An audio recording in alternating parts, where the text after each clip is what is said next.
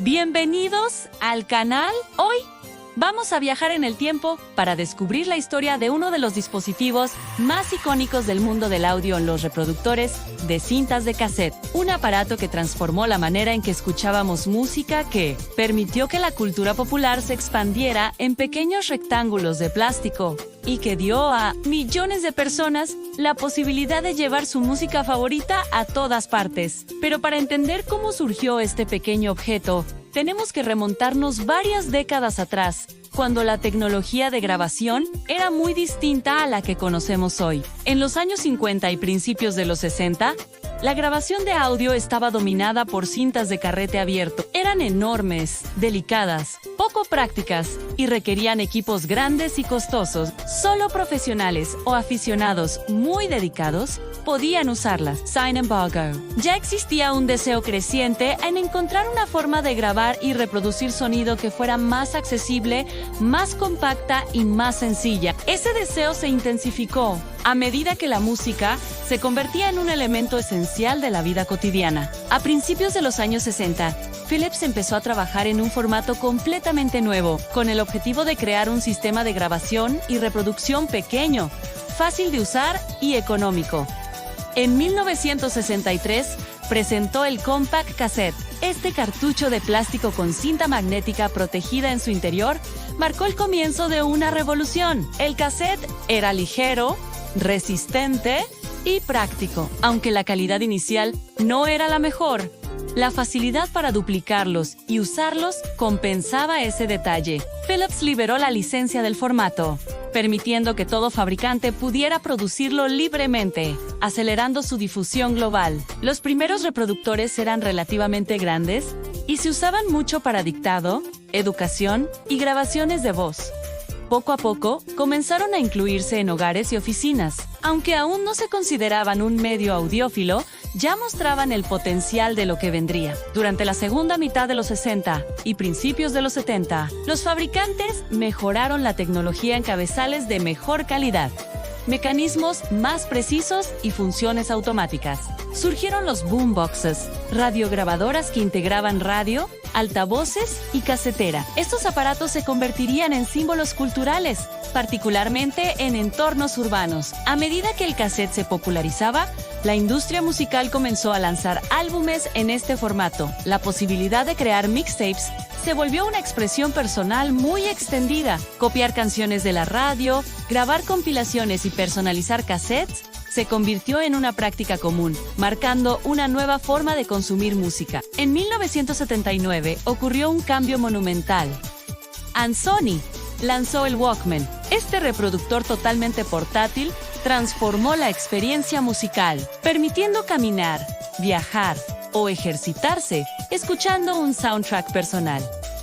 Se convirtió en un fenómeno global. Su éxito redefinió la industria del audio portátil, impulsando nuevas mejoras tecnológicas. La reducción de ruido, como Dolby VIC, representó un salto importante en calidad. Las caseteras domésticas incorporaron mejores cabezales, mecanismos más suaves y funciones dobles para grabar de cassette a cassette. El cassette, antes considerado secundario frente al vinilo, se transformó en un formato masivo. Los años 80 fueron la época dorada del cassette. Era barato y accesible. Las discográficas producían millones de unidades al año. Las radios dependían de ellos. Los aficionados los coleccionaban y el boombox se convirtió en una herramienta cultural importante en la expansión del hip hop, el breakdance y la cultura callejera. Miles de jóvenes llevaban sobre el hombro una enorme radiograbadora que reproducía cassettes a todo volumen. Al mismo tiempo,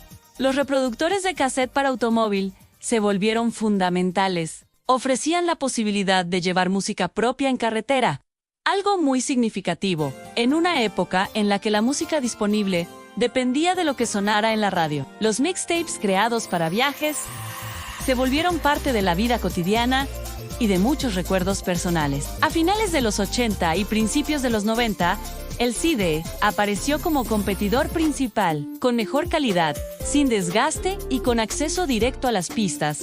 Fue ganando terreno rápidamente. Sin embargo, los cassettes siguieron coexistiendo con los CD durante los 90, sobre todo gracias a su bajo costo y a la enorme base instalada de reproductores. La llegada del audio digital y de dispositivos como el iPod a principios de los 2000 marcó el declive definitivo del cassette. La capacidad de almacenar miles de canciones, la ausencia de desgaste y la facilidad de transferir archivos hicieron que la cinta magnética pareciera un vestigio del pasado. Con el tiempo dejó de fabricarse masivamente y los reproductores desaparecieron del mercado principal. Pero la historia del cassette no terminó ahí. En los últimos años, ha resurgido como un objeto retro, buscado por coleccionistas y fans de la estética analógica. Bandas independientes lanzan música en cassette como una forma de arte físico, y muchas personas restauran reproductores antiguos para revivir ese sonido nostálgico. Ahora comienza el contenido añadido para extender el guión aproximadamente 30 minutos antes.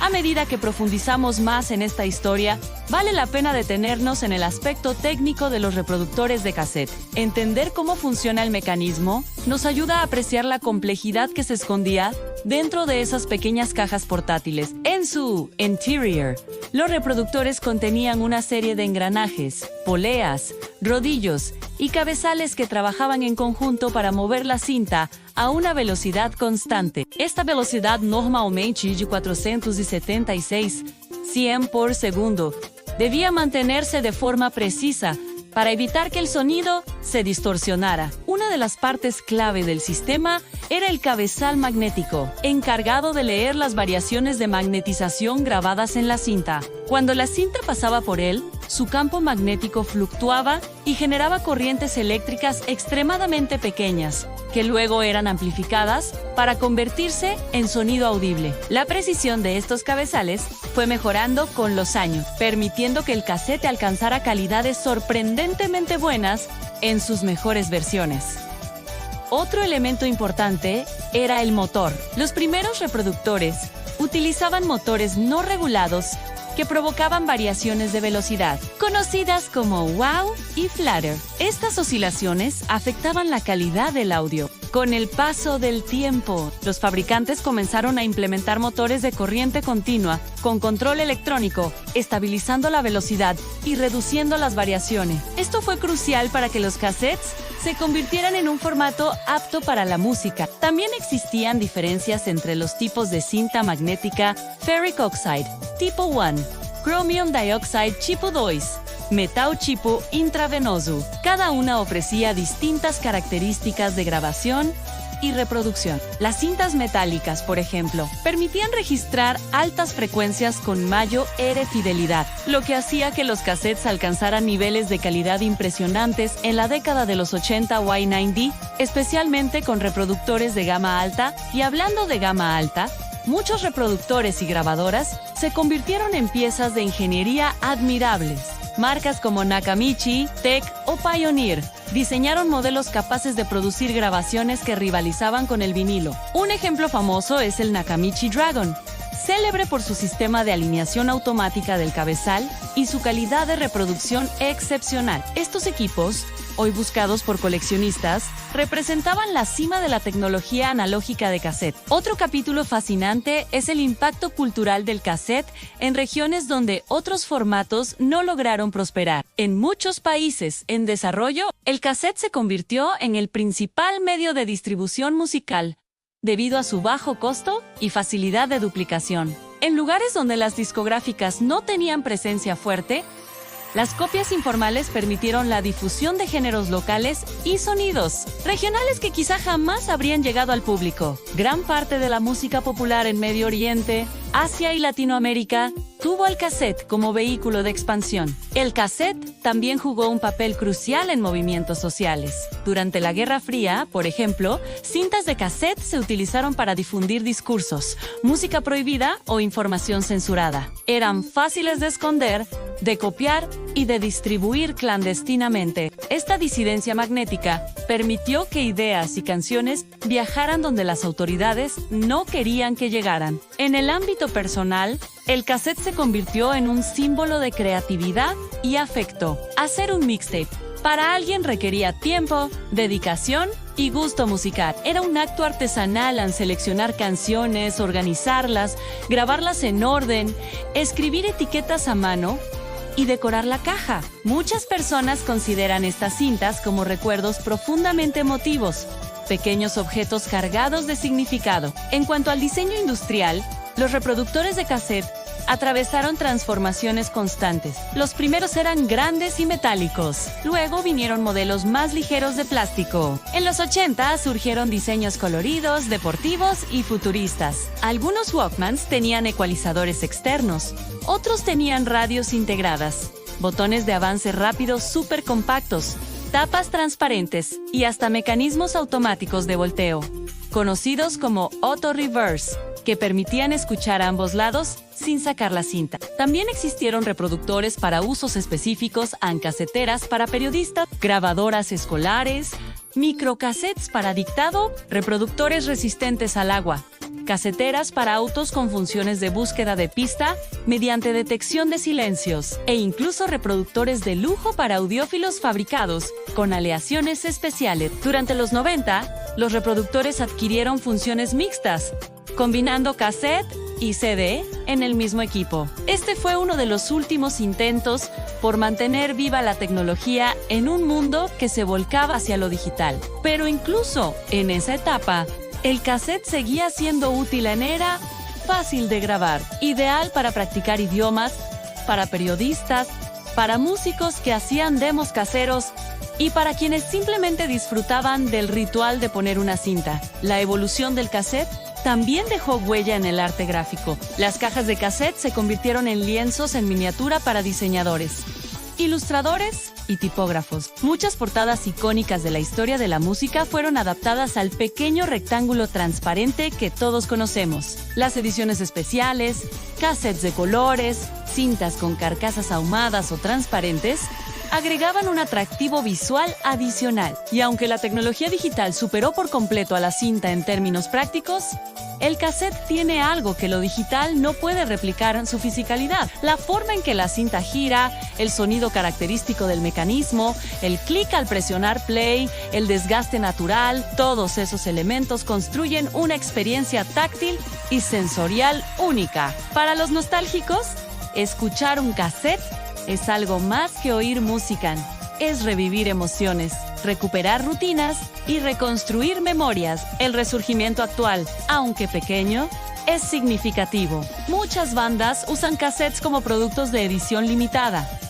Sellos independientes han abrazado el formato. Se han creado ferias, tiendas especializadas y comunidades en línea dedicadas a coleccionar, reparar y preservar reproductores. La restauración de caseteras antiguas se ha convertido en un hobby creciente. Personas que nunca vivieron la era dorada del cassette hoy lo descubren como si fuera nuevo. Y es que, en un mundo donde todo es inmediato y desechable, el cassette ofrece una experiencia deliberada. No puedes saltar de canción fácilmente.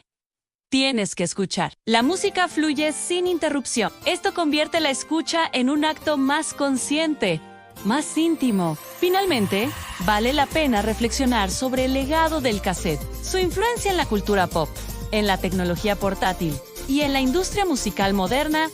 Sigue vigente. El concepto de playlist nació con el mixtape. El hábito de escuchar música personal en movimiento lo inauguró el Walkman. La democratización de la grabación casera allanó el camino para la cultura del hazlo tú mismo, que sigue presente en la música actual. Gracias por acompañarme en este recorrido por la historia de los reproductores de cintas de cassette. Si alguna vez tuviste uno, probablemente este recorrido te trajo recuerdos. Y si no, tal vez descubriste por qué fueron tan importantes para millones de personas. Nos vemos en el próximo video.